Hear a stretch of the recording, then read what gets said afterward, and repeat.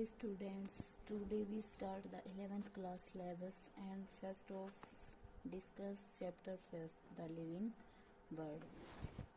पहला chapter discuss करेंगे हम +1 क्लास का द लिविंग वर्ल्ड। इसमें क्या बताया गया है कि from bacteria to elephant, bacteria से लेके एलिफेंट तक, प्लांट से लेकर एनिमल्स तक, मतलब कि पशु से लेके पौधों तक और बैक्टीरिया से लेके एलिफेंट तक हर एक ऑर्गेनिज्म क्या होता है लिविंग, मतलब सबसे छोटा से लेके सबसे बड़ा तक और सबसे प्लांट से लेके एनिमल तक हर एक ऑर्गेनिज्म लिविंग होता है।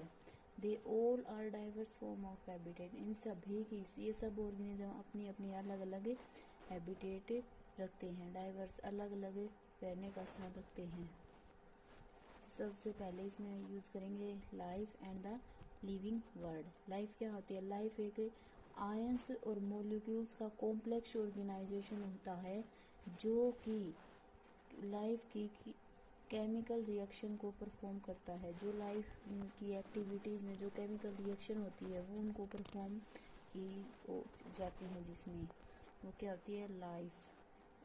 लाइफ एक सिंगल ऑर्गेनिज्म के सिंगल पार्ट की प्रॉपर्टी नहीं होती, बल्कि ये पूरे ऑर्गेनिज्म की एक प्रॉपर्टी होती है। लिविंग, इसके बाद में हम देखते हैं लिविंग बीइंग। लिविंग क्या होता है? लिविंग और नॉन लिविंग में डिफ्रेंशिएट करने के लिए अलग अलग कैरेक्टरिस्टिक फीचर होते हैं। उन कैरेक्टरिस्टिक फीचर में सबसे इम्पोर्टेंट फीचर है प्रोटोप्लाज्म। लिविंग ऑर्गेनिज्म में प्रोटोप्लाज्म एक फंक्शन प्ले करता है ताकि वो एक ऑर्गेनिज्म में वाइटल एक्टिविटीज को परफॉर्म कर सके। Living organism vital activity perform होती है। इस लिविंग ऑर्गेनिज्म की सबसे पहली कैरेक्टरिस्टिक है डेफिनेट शेप एंड साइज, मतलब कि किसी भी ये एक बिल्कुल नैरो चेंज है, बिल्कुल स्मॉल रेंज में चेंज होता है, जिसमें हर एक ऑर्गेनिज्म की एक डेफिनेट शेप और साइज होता है, जिसे हम क्या कहते हैं मॉर्फस। और दूसरी तरफ कुछ नॉन लिविंग मटेरियल होते हैं जिसकी कोई शेप या स्ट्रक्चर नहीं होती, उन्हें क्या कहते हैं एमॉर्फस, मतलब फॉर्मलेस, उनकी कोई स्ट्रक्चर या शेप नहीं होती। दूसरी कैरेक्टरिस्टिक्स है लिविंग ऑर्गेनिज्म की ऑर्गेनाइजेशन। किसी भी ऑर्गेनिज्म का ऑर्गेनाइजेशन होता है, सबसे पहले ऑर्गन सिस्टम होता है एक ऑर्गेनिज्म में, उसके बाद ऑर्गन सिस्टम्स के बाद ऑर्गन आते हैं, फिर टिश्यू आती है, फिर सेल्स आती है। ये डिफरेंशिएशन होता है बॉडी का स्मॉल यूनिट्स में, सब यूनिट्स में। एक ये स्मॉल यूनिट और सब यूनिट एक मैनर में अरेंज होते हैं तो उस एक लार्ज पार्ट की फॉर्मेशन हो जाती है, जिसे हम क्या कहते हैं ऑर्गेनाइजेशन। इस ऑर्गेनाइजेशन के कारण ही लिविंग बीइंग को क्या कहा जाता है, एक ऑर्गेनिज्म की फॉर्मेशन हो जाती है एक ऑर्गेनाइजेशन के थ्रू। थर्ड पॉइंट है कि कैरेक्टरिस्टिक्स का, लिविंग की कैरेक्टरिस्टिक्स का ग्रोथ एंड डेवलपमेंट। ग्रोथ एक परमानेंट रिवर्सिबल चेंज है किसमें? सेल के साइज में। सेल का साइज परमानेंट हमेशा और रिवर्सिबल चेंज कर सकता है। इरिवर्सिबल मतलब रिवर्सिबल और इरिवर्सिबल दो टर्म होती हैं। रिवर्सिबल में जो स्ट्रक्चर और शेप चेंज हो वापिस आ जाए, रिवर्सिबल में ये पहले जैसा है वैसा की वैसी हो जाए, लेकिन ये इरिवर्सिबल है, कोई चेंज नहीं होगा उस ऑर्गेनिज्म या सेल में या होल ऑर्गेनिज्म में। यूजली ये सब क्या होता है, उसमें ड्राई वेट इंक्रीज होता है और cells number of individual increase हो जाता है। ग्रोथ में क्या होता है कि परमानेंट और रिवर्सिबल चेंज होता है सेल और ऑर्गन में या ऑर्गेनिज्म में, और उसमें ड्राई वेट इंक्रीज होता है, नंबर ऑफ सेल्स इंडिविजुअल्स भी इंक्रीज होते हैं। डेवलपमेंट क्या होता है? डेवलपमेंट होता है स्मॉल चेंज होता है एक ऑर्गन में या ऑर्गेनिज्म में, उसकी पूरी लाइफ टाइम के दौरान जो भी एक छोटा सा चेंज होता है वो होती है उसकी डेवलपमेंट। थर्ड पॉइंट है रिप्रोडक्शन। रिप्रोडक्शन क्या होता है?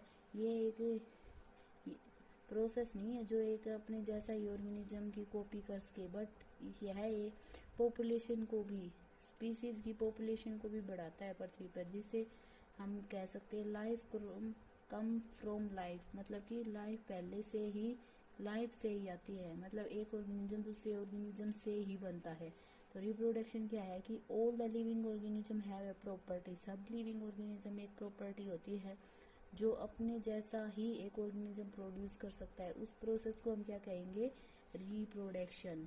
उसके बाद में आती है फिफ्थ प्रॉपर्टी मेटाबॉलिज्म। मेटाबॉलिज्म एक ऑर्गेनिज्म की प्रोसेस होती है जिसमें केमिकल रिएक्शन अलग अलग पार्ट्स में होती है। मतलब हर एक ऑर्गेनिज्म में अलग अलग केमिकल्स होते हैं और ये अलग अलग केमिकल्स हर एक ऑर्गेनिज्म में अलग अलग केमिकल रिएक्शन को परफॉर्म करते हैं। ये केमिकल रिएक्शन लिविंग सेल्स में होती हैं जिसे हम क्या कहेंगे, मेटाबॉलिज्म। मेटाबॉलिज्म दो टाइप में डिवाइडेड है। फर्स्ट है एनाबॉलिज्म, सेकंड है कैटाबॉलिज्म। पहले हम डिस्कस करते हैं एनाबॉलिज्म। एनाबॉलिज्म क्या होता है कि synthesis of complex substance from simple one, मतलब कि कॉम्प्लेक्स सब्सटेंस होते हैं उनको सिंपल सब्सटेंस से कॉम्प्लेक्स सब्सटेंस की फॉर्मेशन को क्या कहेंगे हम, एनाबॉलिज्म। ये एक बायोकेमिकल प्रोसेस होती है। जैसे एग्जांपल है इसका फोटोसिंथेसिस। 6CO2 से 6 मोलिक्यूल्स हुए कार्बन डाइऑक्साइड के, 12 हैं वाटर के, जो रिएक्ट करेंगे लाइट और क्लोरोफिल की प्रेजेंस में formation of glucose C6H12O6 plus 6O2 plus 6H2O, और इसमें एनर्जी का यूटिलाइज होगा। एनाबॉलिज्म प्रोसेस में एनर्जी का यूटिलाइजेशन होगा, ये प्रोसेस एनर्जी यूज्ड है। और कैटाबॉलिज्म में क्या होता है, ये भी एक बायोकेमिकल रिएक्शन है लेकिन इसमें ब्रेक डाउन होता है ऑर्गेनिक न्यूट्रिएंट का, किसमें, सिंपल सब्सटेंस में। एनाबॉलिज्म में क्या था, सिंपल सब्सटेंस का सिंथेसिस होकर एक कॉम्प्लेक्स सब्सटेंस की फॉर्मेशन होती है। ये इसका अपोजिट है, ये कॉम्प्लेक्स सब्सटेंस के ब्रेक डाउन होकर सिंपल सब्सटेंस में न्यूट्रिएंट्स में बदल जाता है। जैसे कि ग्लूकोज ले लिया, C6H12O6 प्लस 6O2, एंजाइम की प्रेजेंस में 6CO2 6H2O, एनर्जी रिलीज हो जाएगी। इसमें एनर्जी रिलीज होगी, इसमें एनर्जी का यूटिलाइजेशन होगा। अगला स्टेप है सिक्स्थ, हेमोस्टेटिस।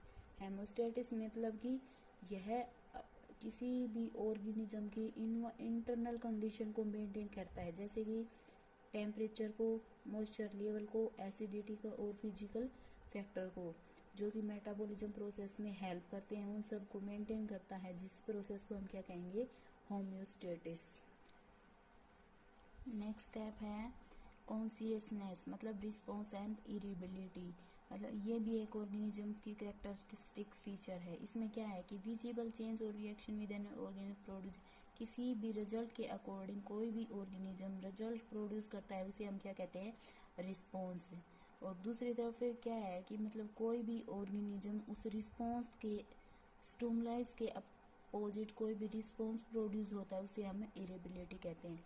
मतलब दो कंडीशन होती है, मतलब किसी चीज़ को देखकर कोई भी पर्सन रिस्पॉन्स क्रिएट करता है तो वो होगा रिस्पॉन्स।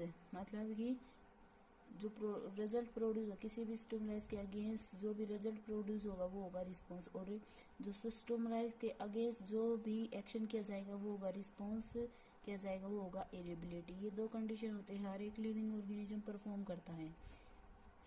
8th स्टेप है healing and repair. Healing and repairs में क्या होता है कि हर एक ऑर्गेनिज्म कैपेसिटी रखती है कि वो अपने आप को रिपेयर कर सके और अपने वोंड्स को, अपने घाव को भी ठीक कर सके। एग्जाम्पल के लिए जैसे कि हमारी हड्डी में फ्रैक्चर आ जाता है, बोन्स फ्रैक्चर हो जाती है, तो वो कुछ समय के बाद अपने आप ठीक हो जाती है, और स्किन पे जो घाव होता है उसके भी ठीक हो जाता है कुछ टाइम के साथ साथ।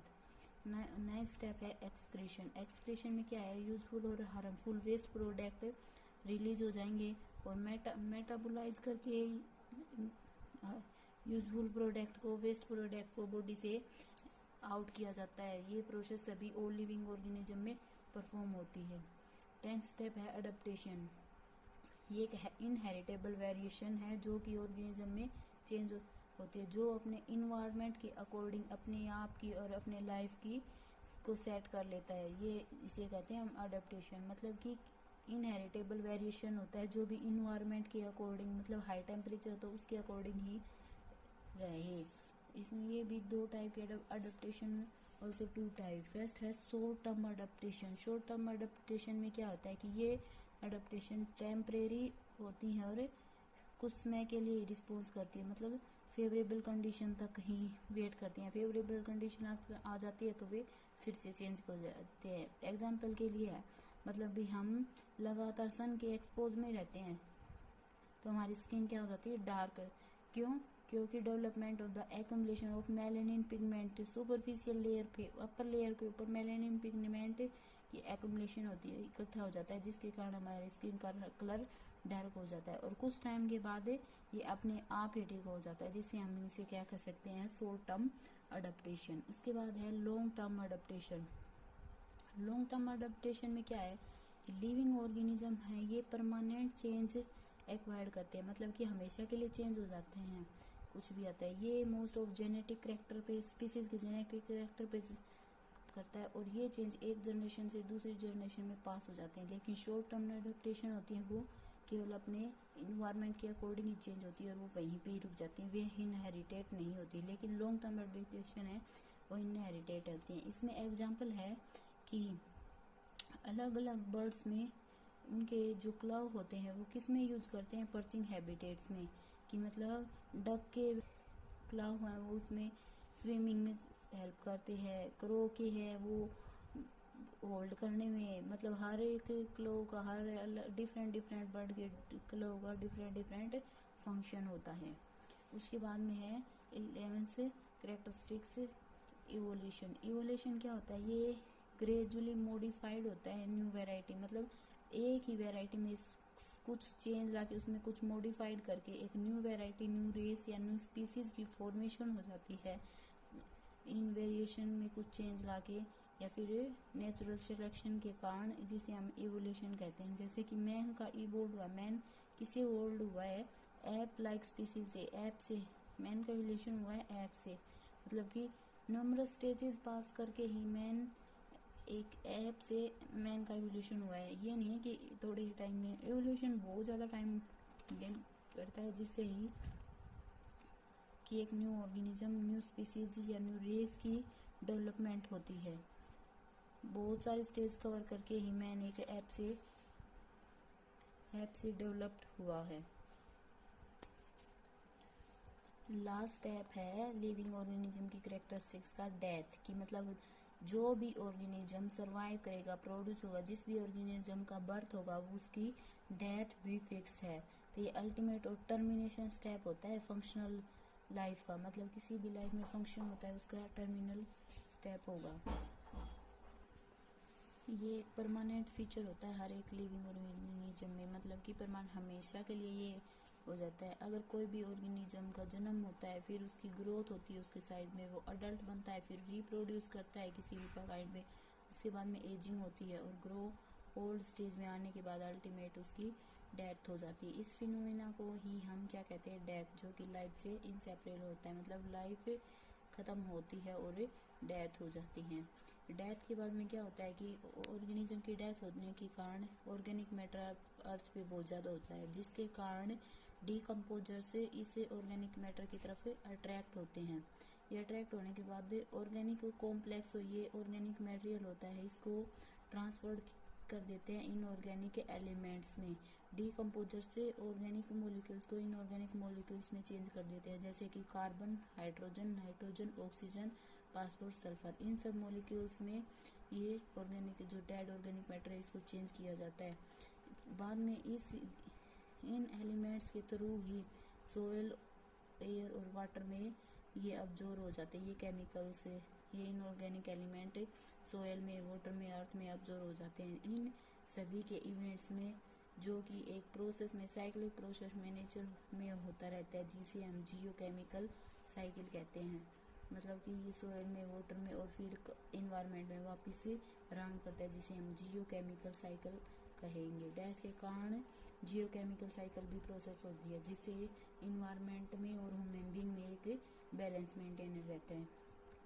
ये ऑल कैरेक्टरिस्टिक्स थी जो लिविंग ऑर्गेनिज्म की, मतलब इनसे ही हम पता लगा सकते हैं कि एक ये ऑर्गेनिज्म लिविंग है या नॉन लिविंग है।